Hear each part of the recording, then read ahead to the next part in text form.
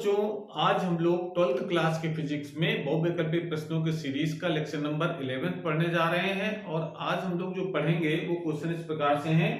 पहला क्वेश्चन है हमारा, n समान प्रतिरोध वाले श्रेणी क्रम में उसके पश्चात समांतर क्रम में जोड़े जाते हैं, अधिकतम तथा न्यूनतम प्रतिरोधों का अनुपात क्या होगा। तो अधिकतम न्यूनतम प्रतिरोध मतलब क्या है कि जब कई प्रतिरोधों को श्रेणी क्रम में जोड़ते हैं तो प्रतिरोध सबसे ज्यादा यानी अधिकतम मिलता है, और जब समांतर क्रम में जोड़ते हैं तो प्रतिरोध सबसे न्यूनतम मिलता है। तो इसका मतलब आपको पहले सीरीज में जोड़ना है, जो प्रतिरोध आएगा उसका मान, और समांतर क्रम में फिर जोड़ेंगे, जो मान आएगा उनका अनुपात निकालना है। तो मतलब सिंपल समझना ये है कि जब श्रेणी क्रम में जब n प्रतिरोध जोड़ेंगे तो मान लीजिए उसका प्रतिरोध है R मैक्सिमम, श्रेणी क्रम का सूत्र हमको पता है R1 plus R2 plus R3, ऐसे करके अगर n जोड़ेंगे तो R प्लस R करके जोड़ेंगे तो कितने जोड़ना हमको n प्रतिरोध जोड़ने n पदों तक।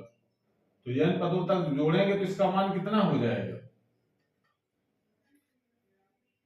इसका जो मान आएगा वो आ जाएगा nr के बराबर।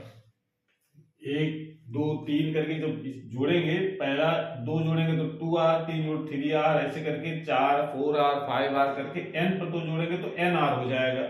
और ये कौन सा क्रम हुआ, श्रेणी क्रम। ये मैक्सिमम प्रतिरोध देगा। और मिनिमम के लिए जोड़ना है, तो इसका मतलब है कि R मिनिमम तब होगा जब उनको हम किसमें जोड़ेंगे, सीरीज पैरेलल में। तो पैरेलल जोड़ेंगे तो इसका 1/r प्लस 1/r, सबके प्रतिरोध बराबर हैं, तो ऐसे करके n प्रतिरोध तक जोड़ेंगे जब, तो इसका मान किस बराबर हो जाएगा, n/r के बराबर। तो इसका मतलब R मिनिमम का मान कितना हो गया, R/n। पूछ रहा है रेशियो, तो R मैक्सिमम है nr और मिनिमम है R/n, तो इसका रेशियो कितना होगा। तो रेशियो का निकाला है, R maximum upon R minimum का जो मान आएगा, तो R मिनिमम कितना है, nr/r मिनिमम कितना है, R/n। तो n कहां से आ जाएगा ऊपर, R से R कैंसिल हो, क्या बचा, n²। तो R मैक्सिमम यानी अधिकतम और न्यूनतम प्रतिरोधों का अनुपात हो जाएगा वो n² के इक्वल आएगा। क्लियर हुआ। तो पहले सीरीज में जोड़ेंगे यानी अधिकतम मान निकालेंगे, फिर समांतर क्रम में जोड़ेंगे, न्यूनतम मान निकालेंगे, फिर दोनों को डिवाइड कर देंगे तो अनुपात निकल आएगा, उसका आंसर n² हो जाएगा। उसके बाद अगला क्वेश्चन हमारा है, बोहर कक्षा की प्रथम 3 त्रिज्याओं का अनुपात कितना होगा। तो आपने ये, जब कोई इलेक्ट्रॉन किसी स्थायी कक्षा में चक्कर लगाता है तो स्थायी कक्षा की त्रिज्या होती है, वो होती है r का जो मान होता है त्रिज्या का, वो डायरेक्टली प्रोपोर्शनल होती है n² के, कक्षा की संख्या के अनुपाती होती है। ठीक है ना। तो इसका मतलब है इसको क्या ले सकते हैं हम लोग, R1 अनुपात R2 अनुपात R3 पूछ रहा है, तो इसका नाम कैसे लिखा जाएगा, n1 अनुपात n1² अनुपात n2² अनुपात n3² अनुपात। ये तो लिखना पड़ेगा। इसका मतलब n1 का मतलब पहली कक्षा कितना है, 1 का स्क्वायर अनुपात दूसरी कक्षा 2 का स्क्वायर, तीसरी कक्षा 3 का स्क्वायर, यानी 1/4/9। ये आपको ध्यान रखना है कि जो बोहर कक्षा की त्रिज्या होती है वो कक्ष संख्या के वर्ग के अनुक्रमानुपाती होती है। जिस कक्षा होगी उसका वर्ग करेंगे। पहली कक्षा होगी 1², दूसरी कक्षा होगी 2 का स्क्वायर, तीसरी कक्षा होगी 3 का स्क्वायर, चौथी कक्षा होगी 4 का स्क्वायर, ऐसे इस क्रम में होती है। बोहर की जो त्रिज्याएं होती हैं 1 4 9 16 ऐसे करके चलता है। तो इस तरीके से आपको ध्यान रखना है। इसका अनुपात कितना हो जाएगा, 1/4/9।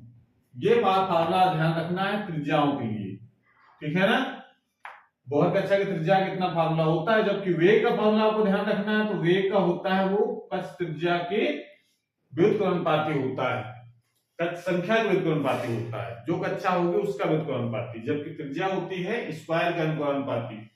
उस अगला क्वेश्चन है हमारा, किसी जर्मेनियम क्रिस्टल को n टाइप अर्धचालक प्रवृत्त करने के लिए अपद्रव्य तत्व की संयोजकता है। यानी अगर कोई शुद्ध अर्धचालक आपको दिया जाए और कहा जाए उसको p टाइप अर्धचालक बनाना है, तो p टाइप अर्धचालक बनाने का मतलब होता है उसमें 3 संयोजकता वाला तत्व मिलाया जाए, एल्युमिनियम बोरान ऐसे तत्व आप अगर मिलाएंगे तो वो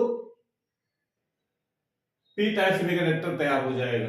तो इसका मतलब है 3 संयोजकता वाला मिलाना है, ये ध्यान रखना है। जबकि n टाइप अगर बनाना हो तो पन संयोजकता वाला तत्व तो मिलाया जाता है, आर्सेनिक, एंटीमनी, फास्फोरस, ये सब मिलाते हैं। ठीक है, तो अगला है हाइड्रोजन परमाणु में बोहर की न्यूनतम कक्षा की त्रिज्या r है, बोहर की दूसरी कक्षा की त्रिज्या, ये तो बहुत सिंपल क्वेश्चन है, बिल्कुल इसी तरह के क्वेश्चन करेंगे जो अभी किया था हम लोगों ने।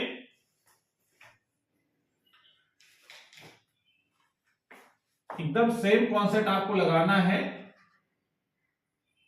कि जो त्रिज्या होती है बोहर त्रिज्या, वो कक्ष संख्या के वर्ग अनुक्रमानुपाती होती है। अब दो कक्षा होती है जब आपका, इसका r1 अपान r2 जोड़ कर लिख सकते हैं n1 square upon n2 square.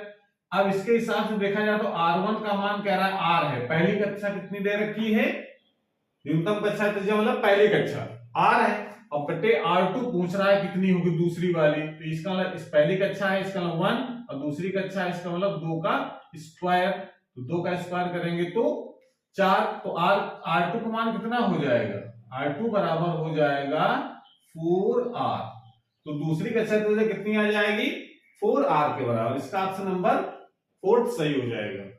Clear हुआ? बस आपको एक दो क्वेश्चनों के लिए आपको ये कॉन्सेप्ट ध्यान रखना है, r directly proportional to n square. उसके बाद अगला क्वेश्चन है, चुंबकीय प्रवृत्ति का मान कम परंतु धनात्मक होता है। चुंबकीय प्रवृत्ति सभी पदार्थों में होती है, किसी में कम किसी में ज्यादा। चुंबक धारक चुंबकत्व के धारण करने की क्षमता को चुंबकीय प्रवृत्ति कहते हैं। तो बताना है कि जो 3 प्रकार के पदार्थ होते हैं, अनुचुंबकीय, लौ चुंबकीय और प्रतिचुंबकीय, इनमें से किसकी चुंबकीय प्रवृत्ति कम होती है और धनात्मक होती है। तो आपको ध्यान रखना है कि जो